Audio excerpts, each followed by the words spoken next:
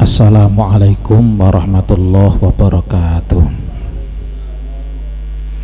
Ila hadrati Rasulillahi sallallahu alaihi wasallam wa ila ahli ashabi wa dhurriyyati qarabati wa azwaji ahli baiti ajma'in. Nakhussu khususun ila ruhi asy-Syaikh Abi Syuja' wa ila ruhi Ad-Doktor Mustafa Tibil Bigha wa li arwahi abaina wa ummahatina wa li masyayikhina wa syaikhi masyayikhina syai'un lillahi wa lahumul fatihah. A'udzu billahi minasy syaithanir rajim. Bismillahirrahmanirrahim. Alhamdulillahi rabbil alamin arrahmanir rahim maliki yaumiddin. Iyyaka na'budu wa iyyaka nasta'in. Ihdinas siratal mustaqim. Siratal ladzina an'amta 'alaihim ghairil maghdubi 'alaihim waladdallin. Amin. Bismillahirrahmanirrahim. Qala al-muallifu rahimahullahu ta'ala wa nafa'ana bihi wa bi'ulumihi fid dharaini amin ya rabbal alamin. Biasa tiang ngaji niku mesti sadurunge ngaji menika kirim Fatihah kagem sing aran kitab. Nah, sing aran kitab ten mriki niku wonten kalih kitab sing ten dhuwur baris, kalih kitab sing ten ngandhap baris. Kitab sing ten dhuwur baris niku kita lebih mengenal dengan nama takrib, kitab takrib utawa kitab Matan Abi Syuja' mergo ingkang ngarang Asy-Syaikh Abi Syuja'. Nah, sing bawah garis niku karanganipun Dr. Mustafa Tibil Bigha. Beliau yang memberikan footnote, yang memberikan catatan kaki, sehingga apa-apa yang dikarang oleh Asy-Syaikh Abi Syuja' itu menjadi ada sandaran dalil Qur'ane wonten, hadisipun ugi wonten. Nah, kita tadi sudah kirim Fatihah untuk beliau berdua, juga guru-guru kita dan orang-orang tua kita. Berikutnya sederek sedaya, bahasan kita ada nyampe halaman 143, Faslun Wahyaul Mawad. Kemarin bicara tentang muzara'ah dan mukhabarah. Sekarang bicara tentang Ihya'ul Mawad. Apa Ihya'ul Mawad? Mari kita kaji bersama. Faslun utawi iki iku ana pasal swiji. Wa Ihya'ul Mawad utawi nguripake bumi mati iku jaizun wenang bisyarataini kelawan syarat loro. Swiji ku ayakuna yen to ana sapa muhyi wong kang nguripake bumi mati ana iku musliman muslim, wa antakuna lan ento ana apa ardu bumi ana iku hurratan merdeka, dereng wonten sing gadah. Lam yajri ora berlaku alaiha ing atase ardu apa milkun milik li muslimin kedue muslim kang weneh. Sederek sedaya, zaman dulu itu ada namanya Ihya'ul Mawad, menghidupkan bumi mati. Maksudnya tanah niku dereng wonten ingkang gadah sama sekali. Urip zaman biyen tanah dereng bertuan. Dadi sapa sing iso ngreksa kanthi temenan nggone ngreksa, tidak sekedar untuk banyak-banyakan tanah, tapi tanah tersebut betul-betul diimarahkan, betul-betul dimakmurkan, betul-betul digarap.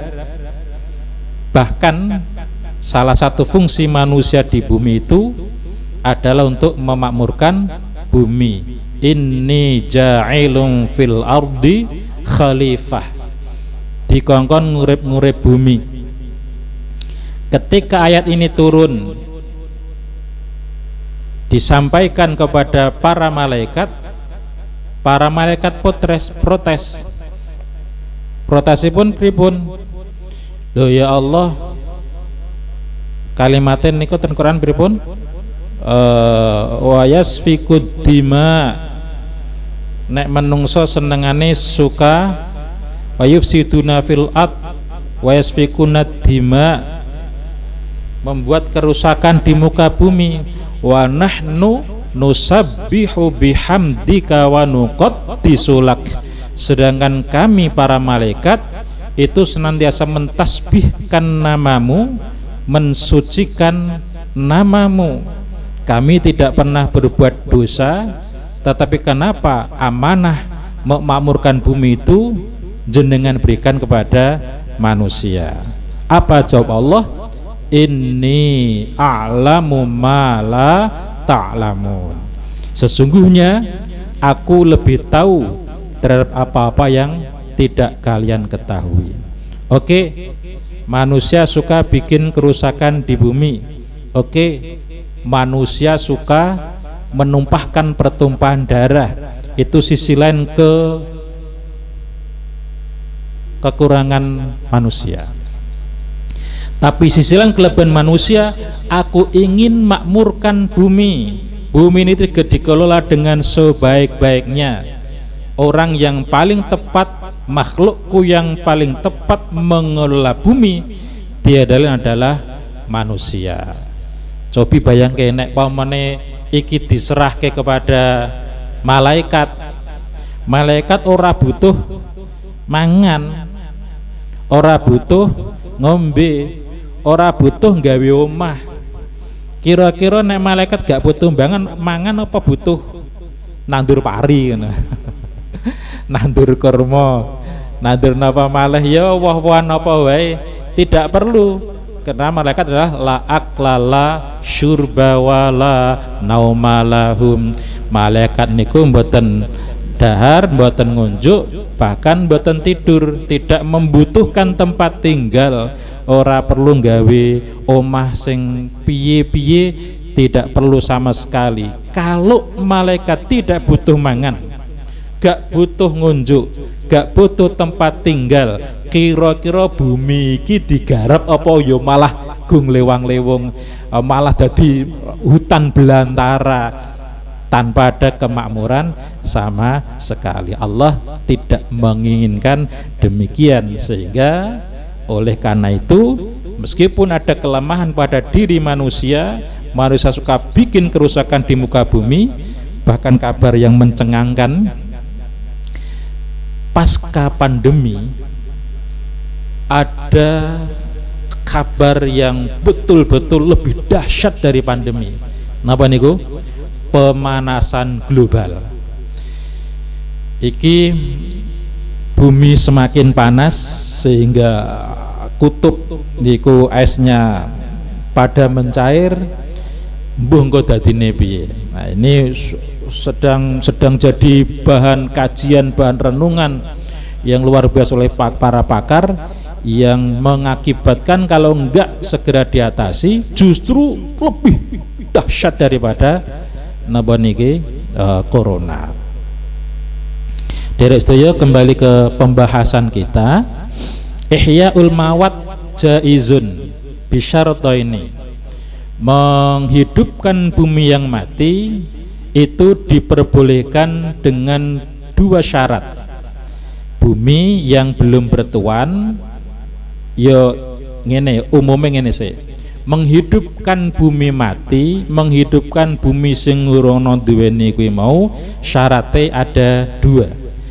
Ayyakunal muhyi musliman, yang menghidupkan bumi mati ini adalah muslim, karena ini negara Islam. Kitab ini dikarang di saat memang saat itu Islam menguasai hampir seluruh dunia, sehingga yang dibahas ini tentu adalah negara-negara yang tanah-tanah ini milik muslim, milik negara Islam begitu. Maka pantas jika pembahasan ini mempersyaratkan bahwa mereka yang berhak melakukan ihya, mereka yang berhak melakukan eksploitasi, mereduksi atau memakmurkan bumi ini, memanfaatkan kekayaan yang ada di bumi ini, syarat yang pertama adalah muslim.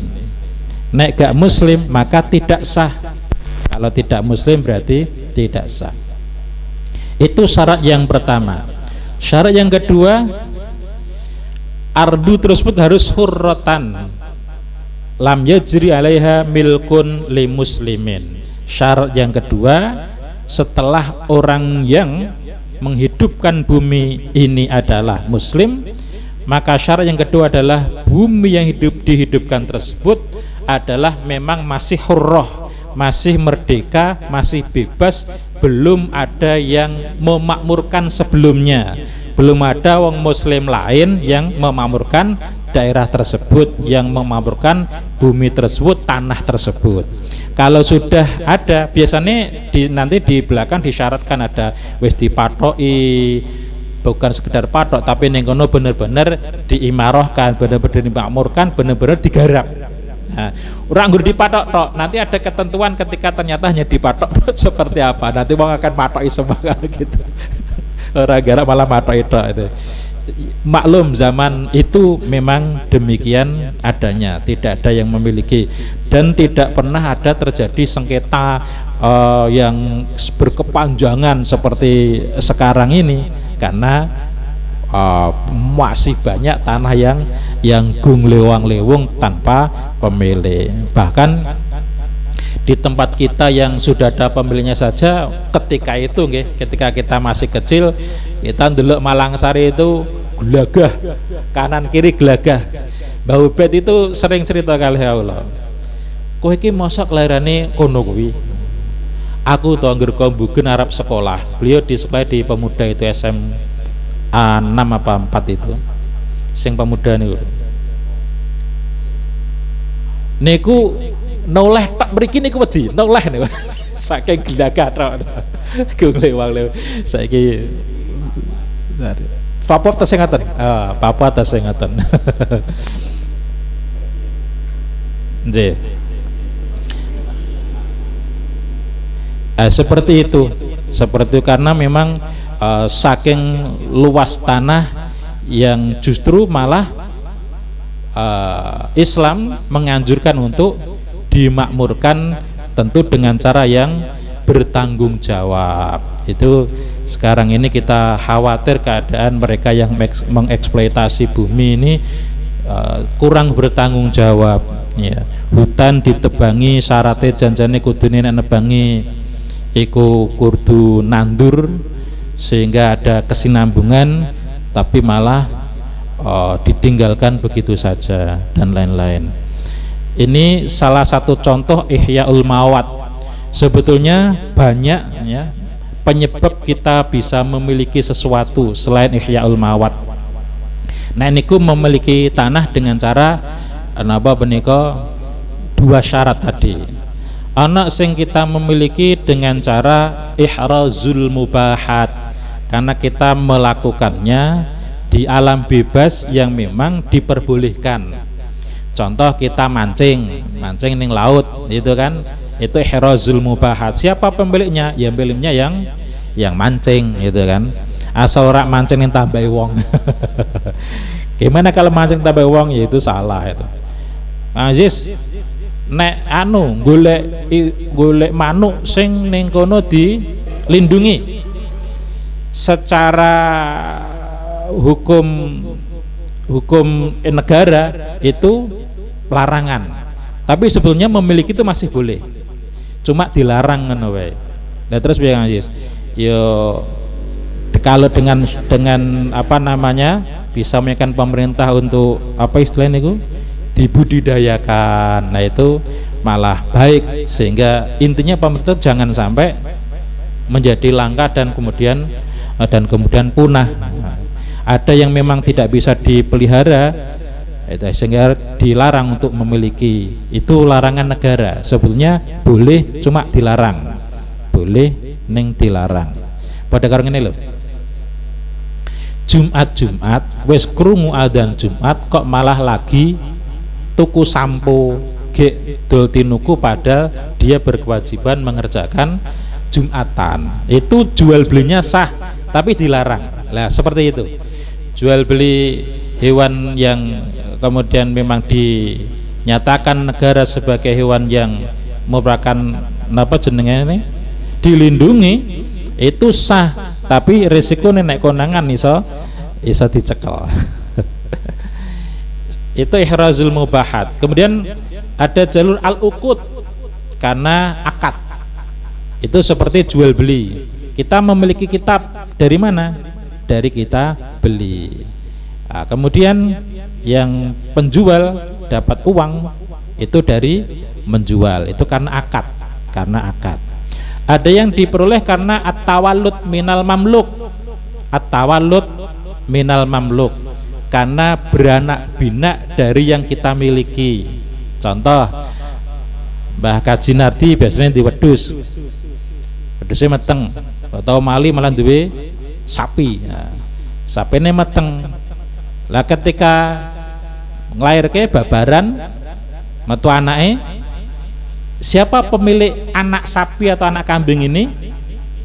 Meskipun si anak kambing dan anak sapi makne mbokne kambing, mbokne sapi merontas demikian rupa mengaku sebagai anaknya, secara hukum anak-anak itu milik pemilik. Cuma nek nyati ora entuk dipisah. Anak sapi mali rungokne, anakmu sapi pirang-pirang duwe anak sapi, dia anak wedhus, aja pisan-pisan didol anae tok utawa mboke tok selagi dereng siap mandiri. Sapa wonge sing ngedol ngono nadyan sah, sok ning akhirat ora bakal ditemokke karo wong sing disenengi. Mergone memisahkan dua mbok mbek anak sing lagi butuh, anak butuh kasih sayang orang tuanya, ya, isih butuh ngemiki, butuh mimik dan lain-lain, kok wis didol. Lah yes, lha kuwi tuku kuwi adol piye cilik-cilik kuwi. Nah, kalau memang carane begitu, anak-anaknya memang bisa mandiri, ora butuh ngemik gitu ya. Yang penting kehangatan, dan kehangatan bisa terjadi dengan adanya lampu. Ya tahu kan dilamponi tanda cilik kayak dilamponi itu bisa apa namanya? Bisa mandiri seperti itu, ya ndak masalah. Kis dimasuke ki kudu dimimii itu loh. Yang masih kudu dimimii itu ndak boleh didol secara terpisah. Kayak elektronik we didol secara terpisah, boneka didol secara terpisah. Niku itu mau pertama apa? Ihrazul mubahat, at-tawallud minal mamluk, al-uqud. Yang terakhir adalah al-khalafiyah. Al-khalafiyah niku warisan. Lha kok iso duwe duit okehan, kowe kok sugih duwe mobil, duwe apa-apa? Karena dapat warisan. Sah itu. Ini model-model kepemilikan yang disahkan oleh Islam. Islam sebuah agama yang apa namanya tidak kemudian menafikan adanya kepemilikan. Kan ono to ngendi Cina apa ndi kuwi semua milik negara. Ya kan? Semua milik negara, kemudian yang ini loh apa komunis itu kan modelnya kan semua milik negara, kok terus negara sing ngatur diatur. Kowe entuk iki, kowe entuk iki. Tapi atas nama negara. Islam tidak demikian. Islam mengakui adanya kepemilikan, namun di dalam kepemilikan itu ada hak-hak yang harus dipatuhi oleh para pemiliknya. Ada zakatnya, ada infak sedekahnya, itu yang harus dipatuhi. Sedaya barangkali itu yang bisa kaulo sampaikan pada malam hari ini berkaitan bahwa Ihyaul Mawat itu diperkenankan, bahkan ini adalah awal Allah menjadikan manusia di muka bumi ini agar memakmurkan bumi ini, tentu dengan cara yang bertanggung jawab. Ojo sampai dieksploitasi terus kemudian jadi rusak semua. Banyak itu yang emas ya, pengambilan emas, terus ning kono air raksa apa niku kali ini jadi rusak niku lho, aliran sungainya jadi rusak, ini kan tidak bertanggung jawab. Bekas-bekas galiannya Masya Allah kalau kita membaca itu nggih dan lain-lain itu benar-benar ngelus dodo. Ada undang-undang yang mengatur tentang itu lah, kira undang-undang ini dilaksanakan kanthi tenanan apa ora itu, karena memang ada undang-undang yang mengatur yang membolehkan eksploitasi itu tapi dengan tanggung jawab. Itu memang diambil boleh, tapi piye diambil tanpa merusak tempat tersebut. Ini yang perlu perlu diperhatikan. Lah cuma ngono kuwi oknum terkadang apa seneng tulisan sing wis apik pelaksanane wallahu a'lam bishawab, itu yang kita ngelus dada. Demikian sekedar ngisi Yai Khairul yang kebetulan ma'dzur, dan sedikit ini semoga ada manfaatnya. Al-Fatihah. A'udzubillahi minasyaitonir rajim. Bismillahirrahmanirrahim. Alhamdulillahirabbil alamin. Iyyaka na'budu wa siratal ladzina wallahul muwaffiq ila thoriq. Assalamualaikum warahmatullahi wabarakatuh.